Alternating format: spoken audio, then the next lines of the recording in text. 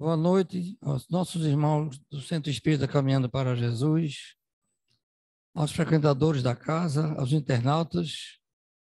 Sintam-se bem-vindos para mais uma noite do estudo do Evangelho de Jesus, à luz da doutrina consoladora.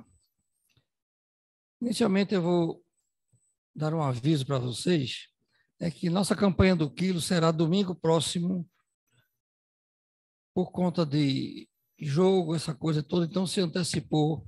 Então, todos que estão em tratamento, que puderem participar, será muito bom. Chegando aqui às 7h45 do domingo, dia 11, e vai se integrar ao grupo e participar dessa campanha da prática da caridade. E aqueles que estão em tratamento, é muito importante essa prática, porque haverá uma harmonização com a espiritualidade e todos serão beneficiados e fazendo a caridade para os nossos irmãos necessitados. Não é? Bom, hoje nós teremos o nosso irmão Berg Baraúna, do Centro Bittencourt Sampaio.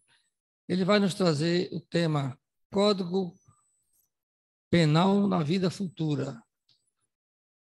É um tema muito interessante para nós espíritas também, porque com a convicção que temos que a vida continua depois do túmulo, nós teremos uma prestação de contas de uma lei irrevogável que ninguém modifica e que, pela misericórdia de Deus, Ele nos dá o livre-arbítrio para que nós sigamos o caminho que queiramos para termos uma prestação de contas mais auspiciosa ou não.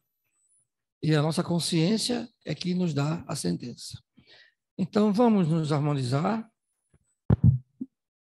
elevando o pensamento ao alto, para que tenhamos as energias benfazejas da espiritualidade amiga da casa, que conduz os trabalhos, nos assiste, e rogando ao Criador paz para o mundo, para aqueles fugitivos das tiranias, das guerras, os enfermos, enfim, a todos nós necessitados diante do Pai.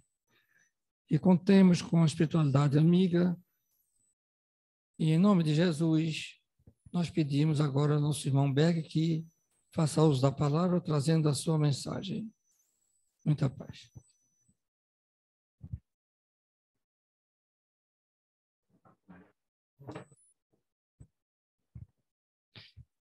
Queridas irmãs, queridos irmãos, que nos abençoe Jesus, o amigo incondicional de todas as horas.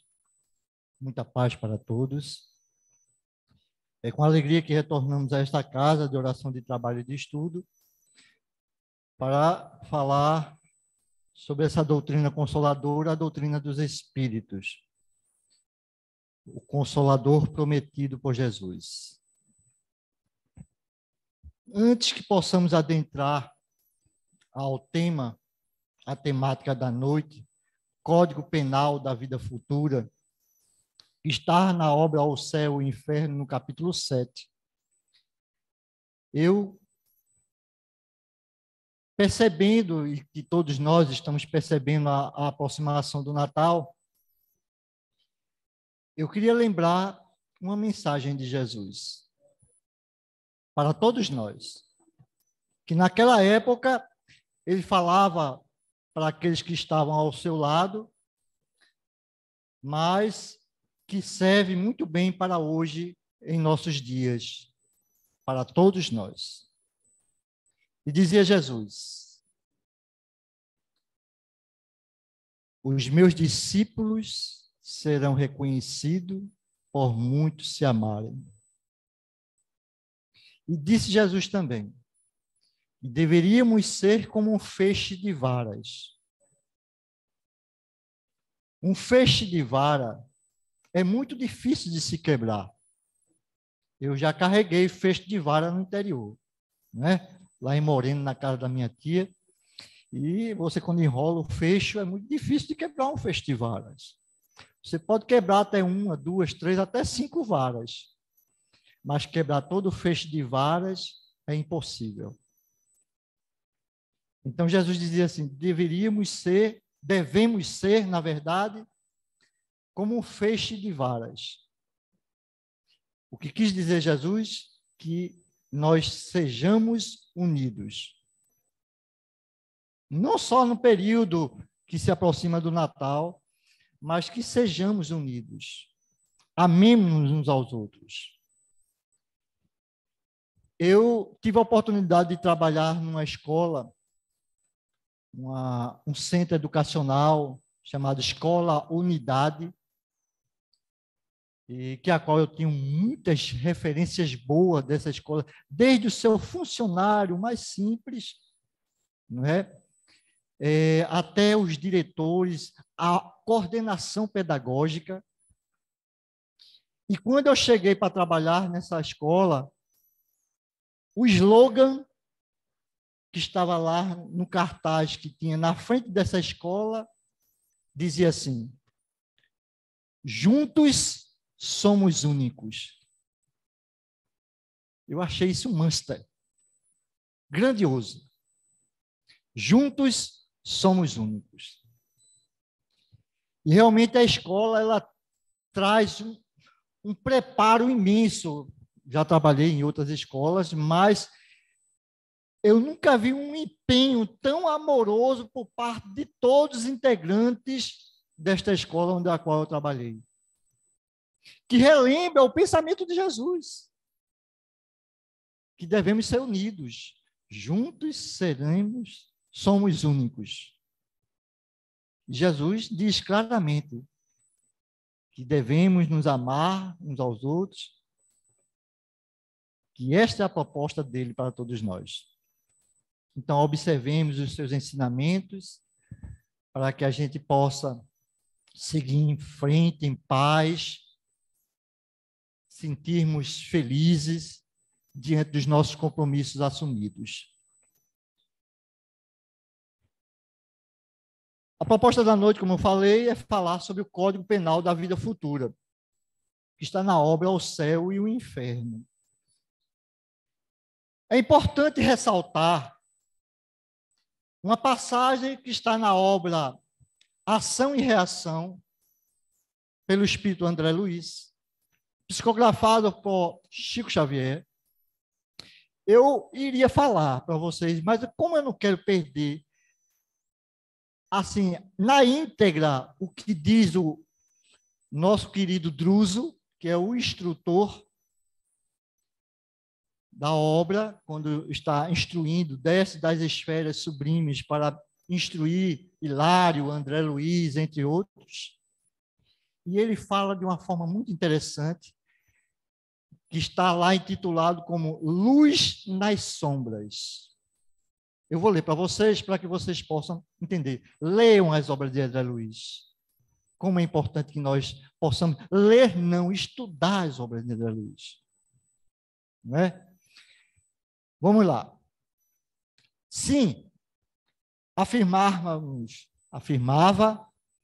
o instrutor Druso, sabiamente, o estudo situado no mundo espiritual da criatura humana, a qual a sua situação, né, da criatura humana no mundo espiritual. Após a morte do corpo, não pode ser relegado a plano secundário. Todas as civilizações que antecederam a glória ocidental, nos tempos modernos, consagram especial atenção ao problema do além-túmulo. O Egito mantinha incessantemente intercâmbio com os trepassados e ensinava que os mortos sofriam rigoroso julgamento entre Anubis, o gênio da cabeça de chacal, e Horus, o gênio da cabeça de gavião. Diante de Maata, deusa da justiça, que a qual, depois da decisão, justamente as almas deveriam se ascender ao esplendor solar ou deveriam voltar aos labirintos da provação da própria terra, em corpos deformados e vis. Os hindus admitiu que os desencarnados, conforme as resoluções do juiz dos mortos, subiriam ao paraíso ou desceriam aos precipícios do reino de Varuna, os gênios das águas, para serem isolados em câmaras de tortura, amarrados uns aos outros por serpentes infernais. Hebreus, gregos, gauleses, romanos sustentavam crenças mais ou menos semelhantes. É linda essa passagem, logo no começo da obra Ação e Reação. Luz nas sombras. Vejamos bem, o Espiritismo acabou com o inferno e acabou com o céu. O irmão deixou a sua deixa. Quem estava prestando atenção na fala dele, escutou. Na questão da consciência. Porque tudo está na nossa consciência. Como é que está o nosso pensamento?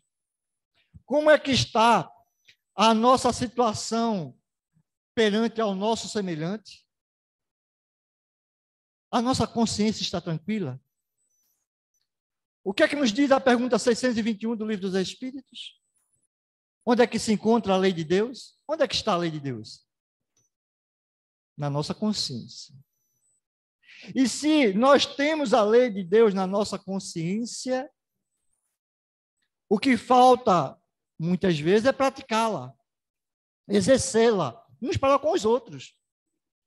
E é o que menos fazemos. Gente, quando eu digo menos fazemos, é porque eu me incluo no meio. Vou pensar que, são vocês que não fazem e o expositor faz. Somos nós que ainda não cumprimos com as leis de amor ao próximo. E aí somos julgados no tribunal da nossa consciência. Não existe o inimigo, o perseguidor cruel, o diabo ou Satanás, segundo alguns falam. Mas existe sim um inimigo muito grande de todos nós. Nós mesmos. Eu, Alcidenberg, Berg Baraúna, sou o meu maior inimigo. Porque perante as minhas ações, os meus comportamentos, serei julgado no tribunal da consciência. E a consciência, nenhum de nós podemos fugir dela. Então, não existe inferno nem céu. Mas nós sabemos que, diante do Código Penal da Vida Futura e as obras de André Luiz, que vem nos informando do estado no mundo espiritual dos espíritos, que a qual vem relatar nas reuniões mediúnicas as suas situações felizes ou infelizes. É através de uma observação lógica e racional. E nós temos percebido isso nas nossas reuniões mediúnicas, seja aqui no Caminhando para Jesus, seja lá no Bittencourt Sampaio, da onde nós trazemos um abraço fraterno para todos daqui, lá do Bittencourt Sampaio, que inclusive lá nós estamos com a nossa irmã Francilene Lima, que esteve aqui, não é? Ela lá da Casa dos Humildes, está lá, não posso estar lá prestigiando-a, mas convidei-a para ela estar lá conosco, e ela já confirmou, e eu vim para cá tranquilo, né? Porque a gente que faz escala doutrinária, a gente fica preocupado, sabe? Eu faço escala doutrinária do lado da casa, nossa, e aí quando o expositor falta, a gente fica agoniado. Eu estava agora no ônibus vindo para cá, eu venho de Casa Amarela, e quando eu cheguei ali na Vida Norte, a festa do morro, eita, meu Deus do céu, desde 6h30 que eu estou tentando chegar aqui, mas graças a Deus cheguei.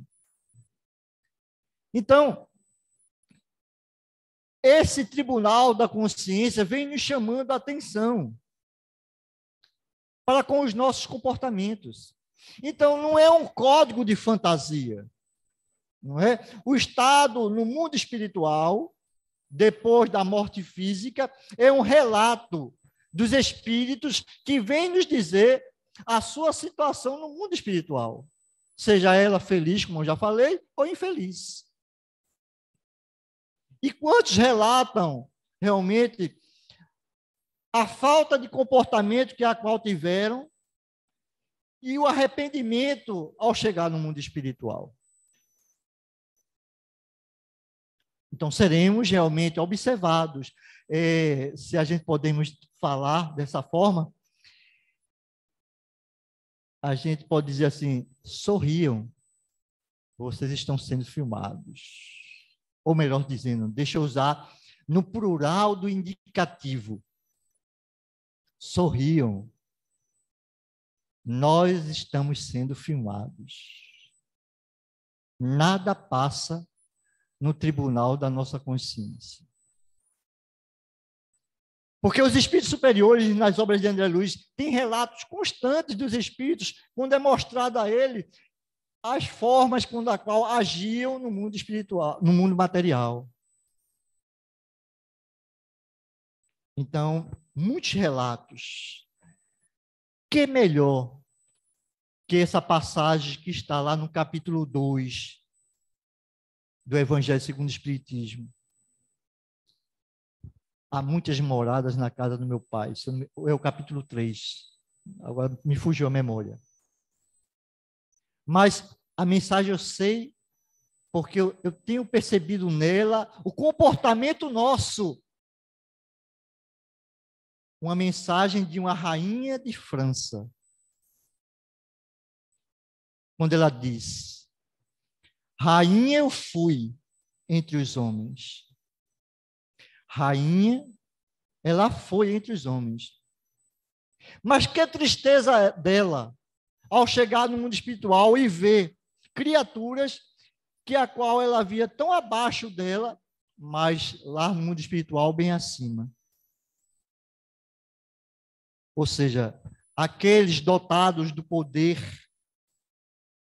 rei, rainha, ou qualquer poder, fique sabendo que vai ter que prestar conta. E o orgulho tem levado muitos desses espíritos que estão na situação de poder à falência. E essa rainha diz: quem melhor do que eu entender essa frase de Jesus?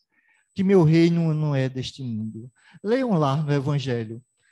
Uma realeza terrena ou uma realeza terrestre, dependendo da edição para edição do Evangelho segundo o Espiritismo. Mas está lá, leiam. Vocês vão ficar embebecidos, abismados com a mensagem dessa rainha no mundo espiritual. As lamentações dela, porque ela pensava em chegar rainha no mundo espiritual. E quantos de nós ainda usamos de tanta soberba ainda? Usamos. Somos muito orgulhosos ainda. Não duvidem disso. Eu, Alcidenberg? Ou vocês pensam que eu já sou bonzinho? Sou não, gente. Quer me levar para casa? Eu gosto sempre de dizer isso, né? Vou repetir novamente. Quer me levar para casa? Somos criaturas em via de aperfeiçoamento, de trabalho constante, de reforma íntima. E isso tem nos levado, muitas vezes, esse orgulho, essa vaidade, esse egoísmo, ao nosso fracasso, a acharmos que somos melhor do que o outro.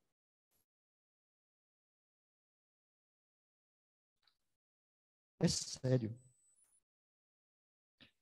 Então, os antepassados, os egípcios, os gauleses, os romanos, sabiam que existia realmente.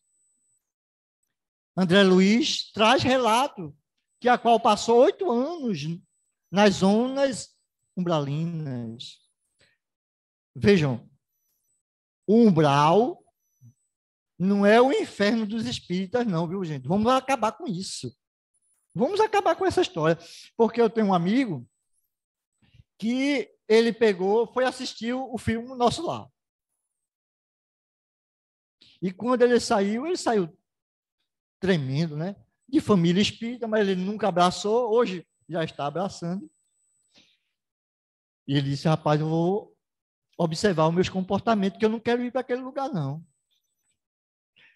Eu fiz, não, mas não é bem dessa forma não, meu querido. Haja conforme a sua consciência. Tenha calma, não vá... Porque depois do filme Nosso Lar, o pessoal começou a dizer que o umbral é o inferno dos espíritas. Um umbral é um lugar pela qual estamos indo de acordo com a nossa consciência. Faz parte dessas localizações, como também existe aqui. Se você for numa Cracolândia, vocês vão ver que lá é o verdadeiro umbral. E quantos pais, quantas mães choram pelos seus filhos entregados na drogadição.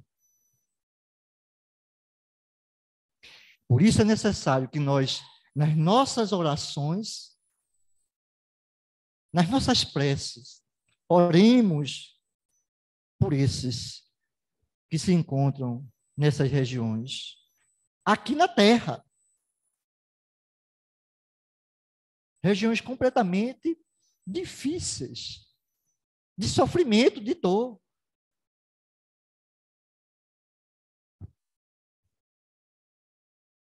Código Penal da Vida Futura.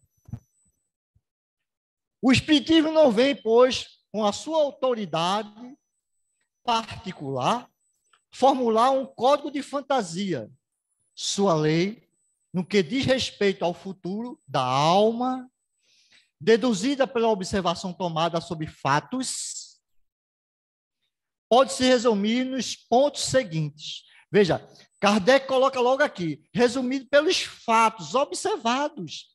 Aí eu volto a repetir, nas nossas reuniões mediúnicas, onde os espíritos dão comunicação, e nas suas comunicabilidades, eles vêm nos informar a sua situação. Muitos que vêm com ódios,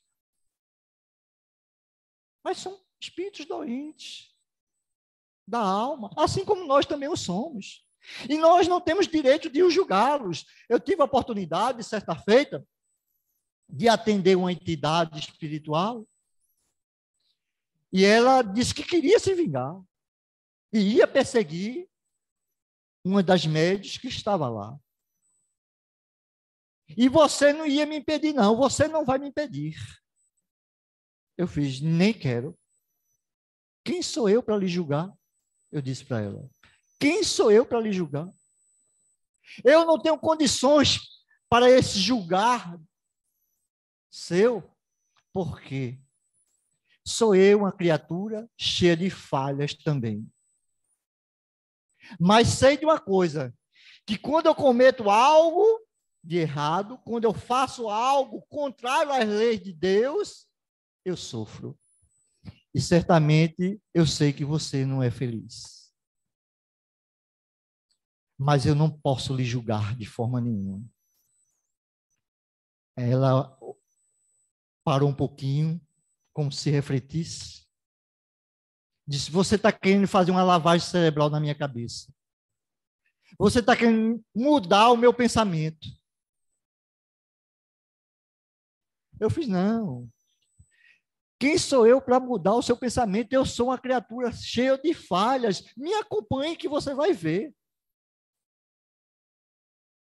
Os meus, que já estão ao meu lado, eu sempre digo para eles, né? Não se afastem de mim, não. Porque muitas das vezes eu saio para fazer uma palestra ou saio para fazer o trabalho de campanha do quilo, né? Que é a tarefa que eu abracei dentro da Casa Espírita, entre outras tarefas, mas adoro o trabalho de campanha do quilo, onde nós assistimos os abrigos de idosos, as creches de crianças, entre as pessoas necessitadas também. Mas quando eu saio para uma tarefa dessa, eu digo assim, olha, vem comigo. Mas eu não quero te converter, não, vem comigo. Mas não vai embora, não. porque eu já estou acostumado com você. Porque se ela for embora, outro vem. Não foi assim que nos disse Jesus? Jesus dizia assim: vais e no futuro e não pequeis mais, para que não te venha acontecer coisa pior. Ou seja, eu me melhoro. Mas depois eu começo a voltar a fazer as mesmas coisas novamente, e outros amigos espirituais vão chegando perto de mim. Opa, estou aqui, te encontrei. Na época tu tinha cabelo, agora está careca, mas te encontrei. E é assim. Então, não é um código de fantasia. E eu conversava com essa entidade. Porque a gente tem que conversar com esses espíritos de forma amorosa. Sermos firmes, mas não duros. Porque muitas vezes nas reuniões mediúnicas, a gente tem que ter a firmeza de falar com essas entidades, mas não dureza, porque firmeza é uma coisa e dureza é outra. E eu amorosamente disse: não posso lhe julgar, porque eu sou cheio de imperfeição também. Mas aí eu fui firme com ela. Eu disse: mas sei que você é infeliz, porque quando eu faço coisa errada, eu, Alcidenberg, quando eu faço umas coisas, quando eu saio do trilho, eu sei que eu sofro. E você não pode dizer que não sofre. Mas não vou dizer que você deixe de perseguir ela, não. Isso cabe a você. Você está querendo fazer uma lavagem cerebral na minha cabeça. Mas é um espírito doente, relatando as suas necessidades,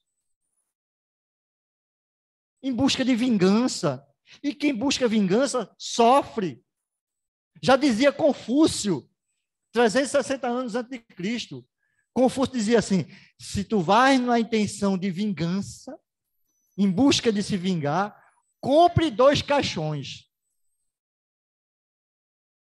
Um para você e outro para a pessoa. Olha, 360 anos antes de Cristo. Já dizia Confúcio. Então, o Espiritismo não traz um código de fantasia e pode ser resumido nos seguintes pontos. São muitos, são 33 pontos, e no 33 ainda tem, parece que 5 questões.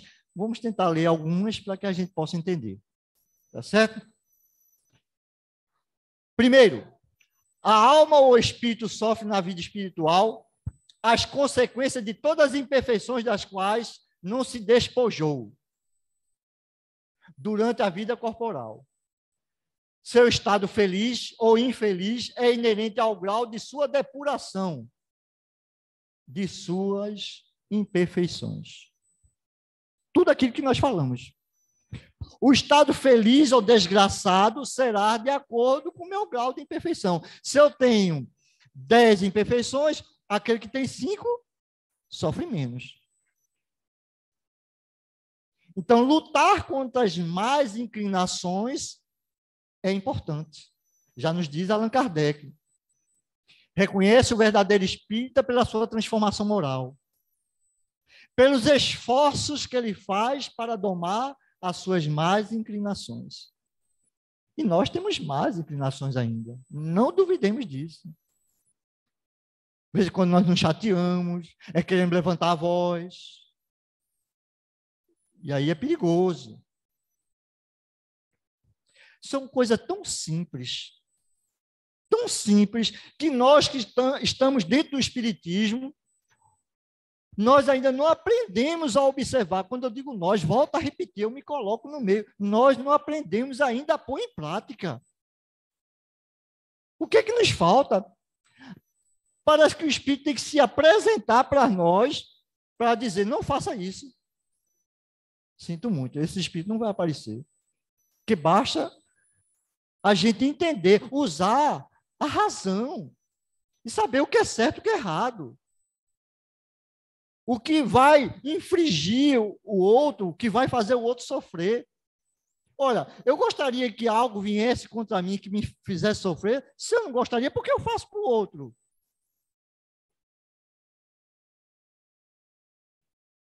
Então, a alma sofre no mundo espiritual de acordo com as imperfeições que a qual leva. Não é? 2. A felicidade perfeita está ligada à perfeição. Ou seja, a felicidade perfeita está ligada à perfeição. Nós não somos criaturas ainda perfeitas, né? Ainda temos as nossas imperfeições, e por isso que estamos aqui através do processo da reencarnação, revestido de um corpo de carne, para realmente reparar aquilo que nós fizemos em existências passadas. Veja, nós não estamos aqui para sofrer.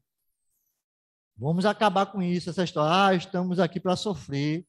Porque era um andágio popular que logo quando eu entrei dentro da doutrina espírita, agora é claro, de pessoas que não, talvez compreenderam a doutrina na época, na sua exaltidão, né, na sua precisão. Mas a gente escutava muito isso, espírita tem que sofrer. Imagine um jovenzinho, um jovem, uma jovem ali na frente, entregando mensagem, né? As pessoas que vão chegando, seja bem-vindos. Olha, mas fique sabendo, viu? Espírita tem que sofrer. Entrar aqui tem que sofrer. A pessoa pode até entrar. Pode até entrar. Ela entra, senta ali por detrás, mas depois vai embora. Espírita não está aqui para sofrer. Nós não estamos aqui para sofrer. Estamos aqui para ser felizes. Agora, se sofremos, justamente é consequência das nossas ações, dos nossos pensamentos, da nossa forma de agir. O nosso sofrimento vai de acordo com isso.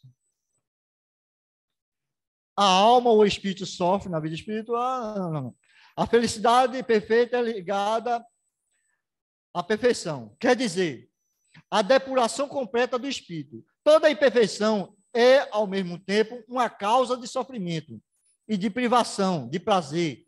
Do mesmo modo que toda a qualidade adquirida é uma causa de prazer e atenuação dos sofrimentos. Ou seja, se eu desenvolvo as virtudes, benevolência, ser indulgente, ser fraterno, logo, se eu estou desenvolvendo essas qualidades, eu estou me depurando das coisas negativas que a qual guardo em mim.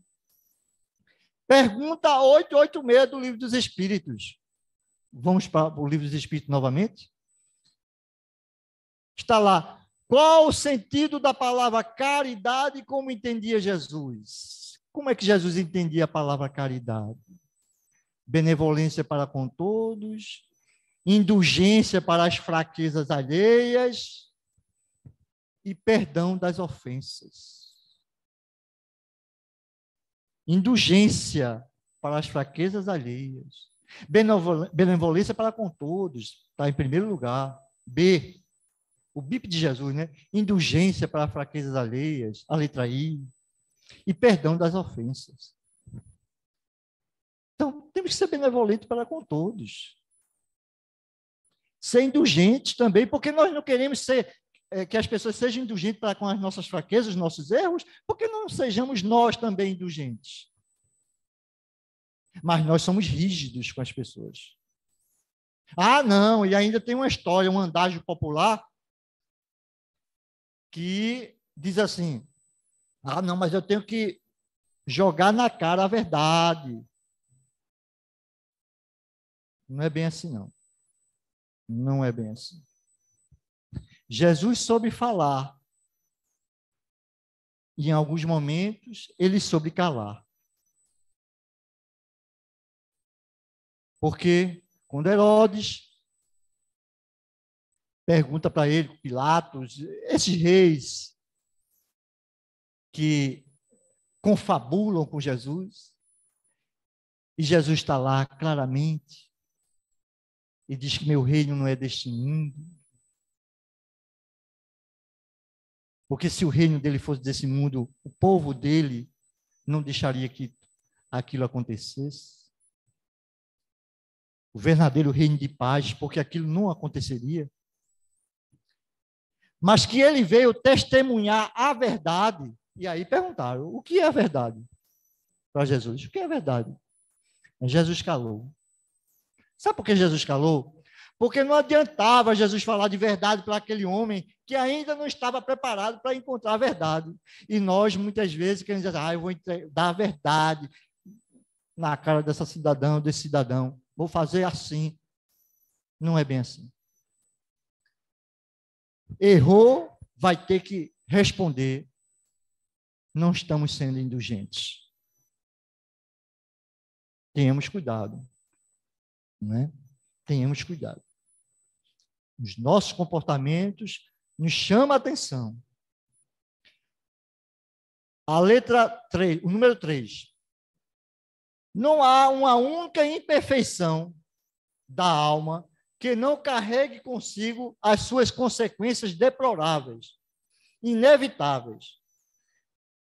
E uma única boa qualidade que não seja fonte de prazer. Ou seja, as qualidades é fonte de prazer, mas as imperfeições não. Não é? A soma das penas, assim, é proporcional à soma de imperfeições. Do mesmo modo que os gozos estão na razão da soma das qualidades. Ou seja, se eu tenho mais virtudes, eu vou ser mais feliz.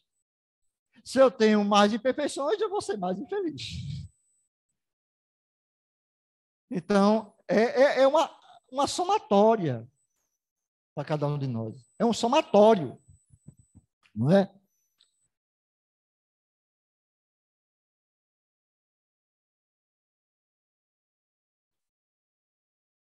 Número 4. Em virtude da lei de progresso, tendo toda a alma a possibilidade de adquirir o bem que lhe falta, através do processo da reencarnação, né? Aqui não está escrito não, mas é através do processo da reencarnação, porque a reencarnação é o processo de realmente nós retornarmos, reparar e sermos espíritos melhores. E aí, como diz a música, um dia todos nós seremos anjos. Vamos trabalhar e acreditar. Não é? É a possibilidade de adquirir o bem que lhe falta e de desfazer do que ela tem de mal, segundo os seus esforços e sua vontade.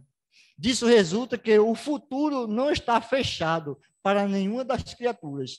Deus não repudia nenhum dos seus filhos, recebe-os em seu seio, à medida que atinge a perfeição, deixando assim a cada um o mérito de suas obras. Ou seja, veja aí, a cada um segundo as suas obras, nos disse o Cristo Jesus. Cada um responderá por si. Já diz o ditado popular, que todos nós conhecemos. Eu andei muito pelo sertão, pelo interior. Eu trabalhei muito como animador, né? Eu fazia palhaço principalmente para criança, né? Palhaço magrelinho, que hoje não é mais magrelinho, porque tem uma barriguinha aqui, né? Trabalhei muito com recreação, levava muito coisas para o interior, para o sertão, e a gente escutava muitos matutos, aquelas pessoas lá do interior, né? Dizer assim, meu filho, porque não falava filho, né? Na sua linguagem, meu filho. Eu sentava muito com aqueles velhinhos na praça, né? Porque são poços de sabedoria. E eu sentava com eles ali para conversar, e ele dizia, meu filho, quem planta colhe. Aí faz o bico, né? Quem planta colhe. Ou seja, quem planta vento, colhe tempestade.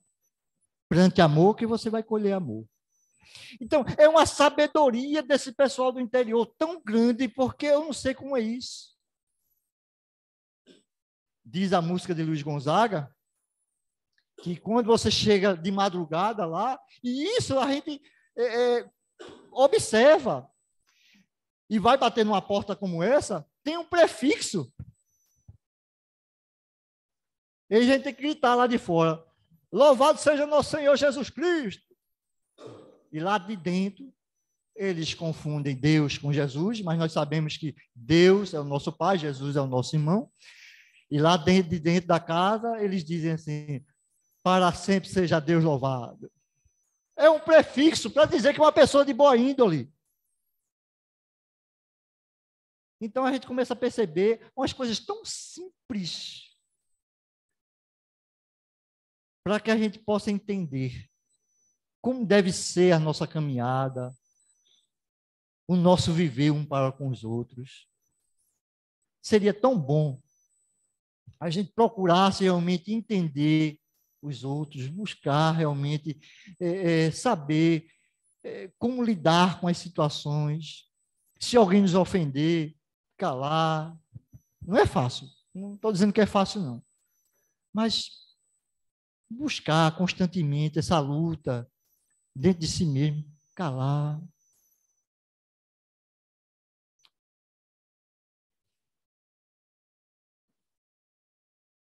Número 5. O estado, o sofrimento ligado à imperfeição do mesmo modo, é um prazer. Está à perfeição. A alma carrega consigo, mesmo no seu próprio castigo, por toda parte aonde se encontre. Ou seja, a imperfeição você levar para onde você está. No livro Diálogo com as Sombras, de Hermínio Corrêa de Miranda, tem uma passagem lá muito interessante, que diz que as pessoas querem se esconder nos mosteiros, nas grutas, para onde você for, você vai com tudo aquilo que você tem em si. Não adianta se esconder, não. Deixa eu abrir um parênteses aqui. Tem pessoas que vivem pulando de galho em galho. Nós temos disso. Eu não vou ficar mais no Caminhando para Jesus, não. Eu não vou ficar mais no Biticu Sampaio, não, porque esses centros são muito fracos. Eu vou para um centro que seja que resolva meus problemas. Centro nenhum vai resolver o problema de ninguém. Ele vai nos dar o suporte. Como nós devemos lidar com as situações. A gente começa a dizer, centro A é fraco, centro B é forte. Não existe isso. Somos nós que não somos fortes o suficientes para domar as nossas más inclinações, porque no tratamento espiritual nos é aconselhado a fazer determinadas orientações, a ter paciência, a beber água fluidificada, a tomar o passe, mas a ler uma boa obra. Mas nós, quando saímos, depois de uns minutinhos, começamos a fazer as coisas novamente, tudo errado. Não nos policiamos. Vigiai e orai para não cair em tentação. Mas nós não vigiamos. Vigiamos a vida do outro. Então a gente pode dizer, sorria, vocês estão sendo filmados. Eu me lembro de uma expositora lá de Casa Amarela, chamada Otacila Araújo. Deste tamanho ela. Uma senhora. Eu levei ela uma vez lá, para uma instituição lá em Camaragibe. Ela também já foi lá no Bitico Sampaio. Hoje eu não sei se ela está fazendo uma exposição, né? Bem velhinho, deste tamanho. E ela aconselhou uma amiga justamente a vigiar e orar.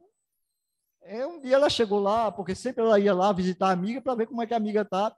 E a amiga estava lá na janela. Aí pegou, ela, fulana, onde é que está? Não, eu estou aqui, estou seguindo as suas determinações. Mas qual a determinação? Que eu dou determinação a ninguém. Não, mas a senhora não me pediu para vigiar e orar? Eu estou vigiando, orando, olhando a vida dos outros aqui. Mas é você vigiar a si mesmo, olhar a si mesmo. Os seus comportamentos, como é que você está agindo. Não é? São atenuantes, por incrível que pareça, para que a gente não chegue no mundo espiritual complicados, né? Vamos lá. Número 6. Deixa eu olhar o relógio corre. Agora que estamos no número 6. O bem e o mal que se faz são produto das boas e más qualidades que se possui. Não fazer o bem que se poderia fazer é, pois, o resultado de uma imperfeição. Se toda imperfeição é uma fonte de sofrimento, o espírito deve sofrer não apenas pelo mal que fez, mas por todo o bem que poderia fazer e não fez durante a sua vida terrestre. Ah, mas eu não faço mal a ninguém, não. Temos essa história, né? Eu não faço mal a ninguém, não. Eu só estou na minha, eu vivo na minha. Mas também não faz o bem. Então, não fazendo o bem, você está fazendo mal. É uma luta constante de nós para conosco mesmo. Já dizia Zoroastro ou Zaratrusta, não é? Está lá no Zen de Avesta. É uma obra, porque são várias obras que a gente pode consultar para estudo nosso. O Bhagavad Gita, que é um livro indiano, né? O Krishna. O Zen de Avesta, que justamente escrito por Zoroastro ou Zaratrusta. E lá é a confabulação do bem e do mal, a luta constante do bem e do mal, para quem sai vencedor. E hoje nós entendemos que esse bem e o mal está dentro de cada um de nós. Quando nós não praticamos o bem, nós praticamos o mal. Nós cometemos as falhas. Somos criaturas ainda, né? Em via de aperfeiçoamento. Número 7. O espírito sofre pelo próprio mal que ele fez, de maneira que, estando numa atenção incessantemente centrada sobre as consequências desse mal, compreende melhor os seus inconvenientes e está estimulado a dele se corrigir. Os espíritos têm nos informado o seguinte, que quando nós estamos cansados de sofrer, porque aí é o objetivo do sofrimento. O sofrimento é como o martelo que se bate na cabeça do prego. Quando nós sofremos, é um sinal de alerta para que nós possamos perguntar, opa, o que é que eu fiz para estar passando por essa situação? O que é que está acontecendo? Onde foi que eu errei? E quantos de nós, muitas vezes, não dizemos, se eu tivesse deixado de ter dito tal coisa, eu não estava passando por essa situação agora. Se eu tivesse deixado de ter feito aquilo, não tivesse feito, eu não estava nessa situação. Quantas vezes a gente não faz isso? Eu já me disse isso. Meu Deus, por que eu fiz isso? Não deveria ter feito. Então, é essa análise que a gente tem que fazer dentro de cada um de nós. E pensar muito antes de fazer algo, para que a gente não possa realmente ferir a ninguém, fazer ninguém sofrer. Porque realmente é essa responsabilidade. O Espiritismo hoje vem trazer não a palavra culpa. Essa palavra culpado a gente tira do dicionário e coloca a palavra responsabilidade. Hoje nós somos criaturas em via de uma responsabilidade. Sermos responsáveis.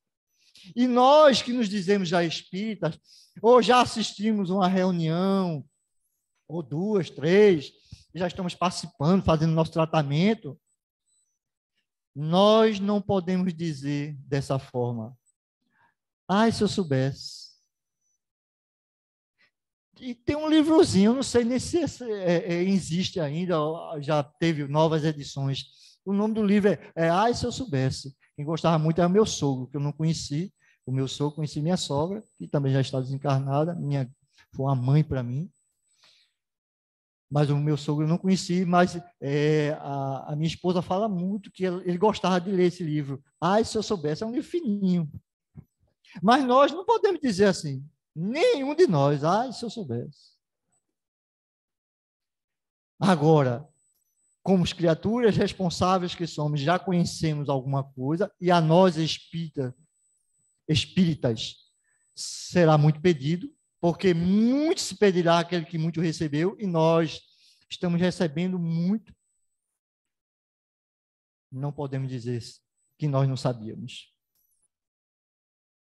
Então, é uma busca constantemente de entronizar esse código penal que realmente sofreremos no mundo espiritual por culpa, ou melhor dizendo, deixa eu trocar essa palavra culpa, por conta das nossas ações, dos nossos atos, e aí as consequências, as leis de ação e de reação. Não é? É como uma bola de ping-pong. Se você jogar ela ali na parede, ela vai conforme você joga. Se você jogar com muita força, ela vai voltar com muita força. Então, é uma lei de retorno. Ninguém escapa. Ninguém escapa. Né? Oitavo. Sendo a justiça de Deus infinita, tem uma conta rigorosa do bem e do mal, e não há uma única ação má ou um único mau pensamento que não tenha suas consequências fatais. Eu não vou prosseguir porque são muitas, mas leio em casa, Código Penal da Vida Futura. E aí, para que a gente possa compreender que essas consequências virão. Porque nós a procuramos. Eu vou encerrar essa nossa fala lembrando uma história que foi contada a Divaldo. Divaldo ia fazer uma palestra e um cidadão lhe procurou e disse: Divaldo, deixa eu te contar algo. Aí pegou, Divaldo fez: não, mas agora não, porque eu vou fazer. Mas Divaldo, deixa eu contar. E ficou aquela resistência, Divaldo sentou-se e foi escutar.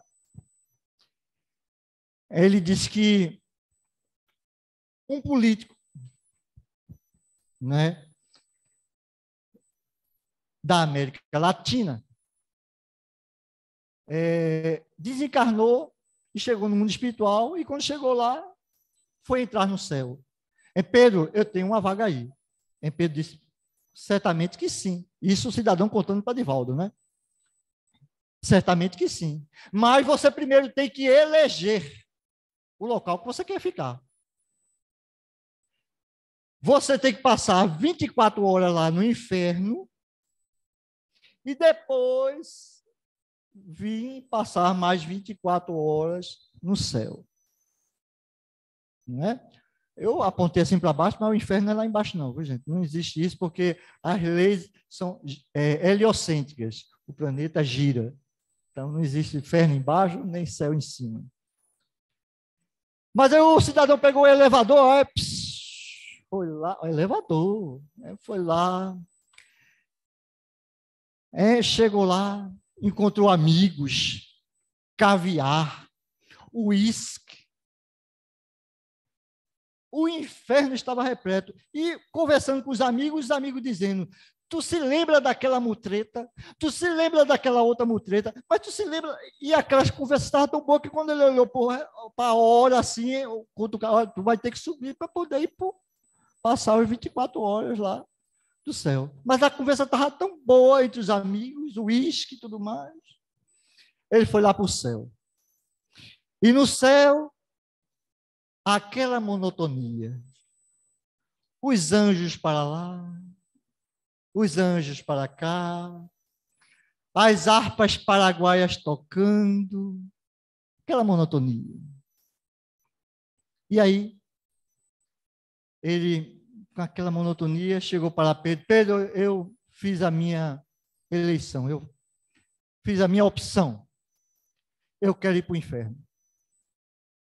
A opção é sua. E ele foi para o inferno.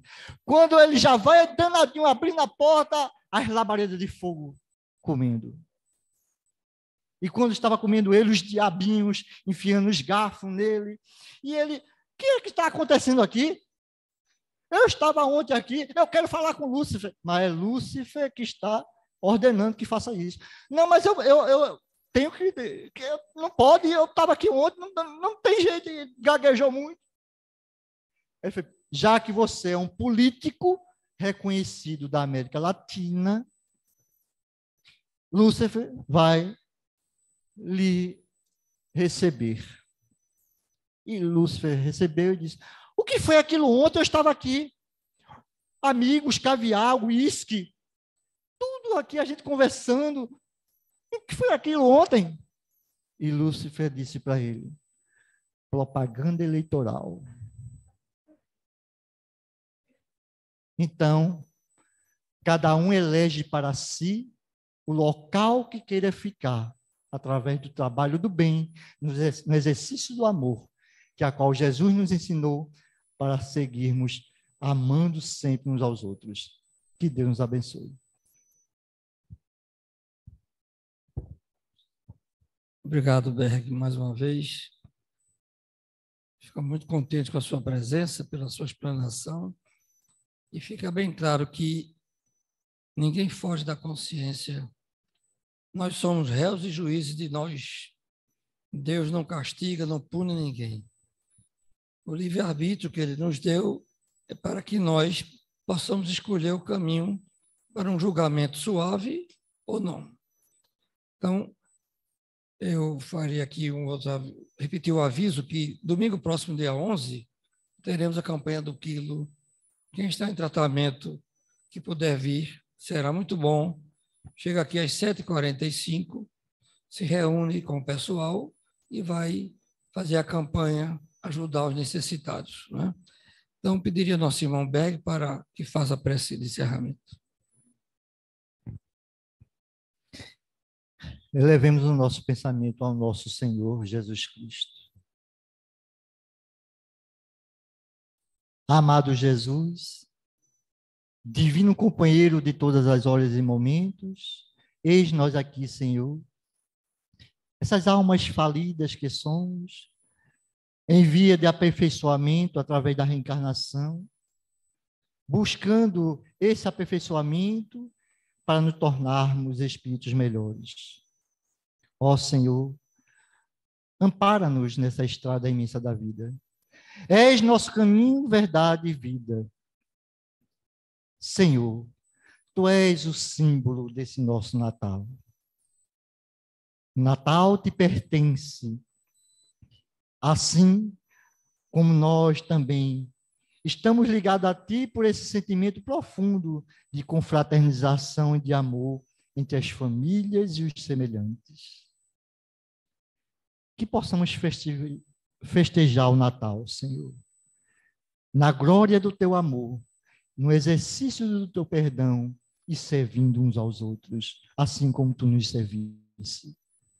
E sobre o Teu amor grandioso, ó Mestre amado, é que pedimos a vossa permissão para encerrar essa reunião doutrinária da noite e que todos nós estejamos na Tua paz, no Teu amor e na Tua luz.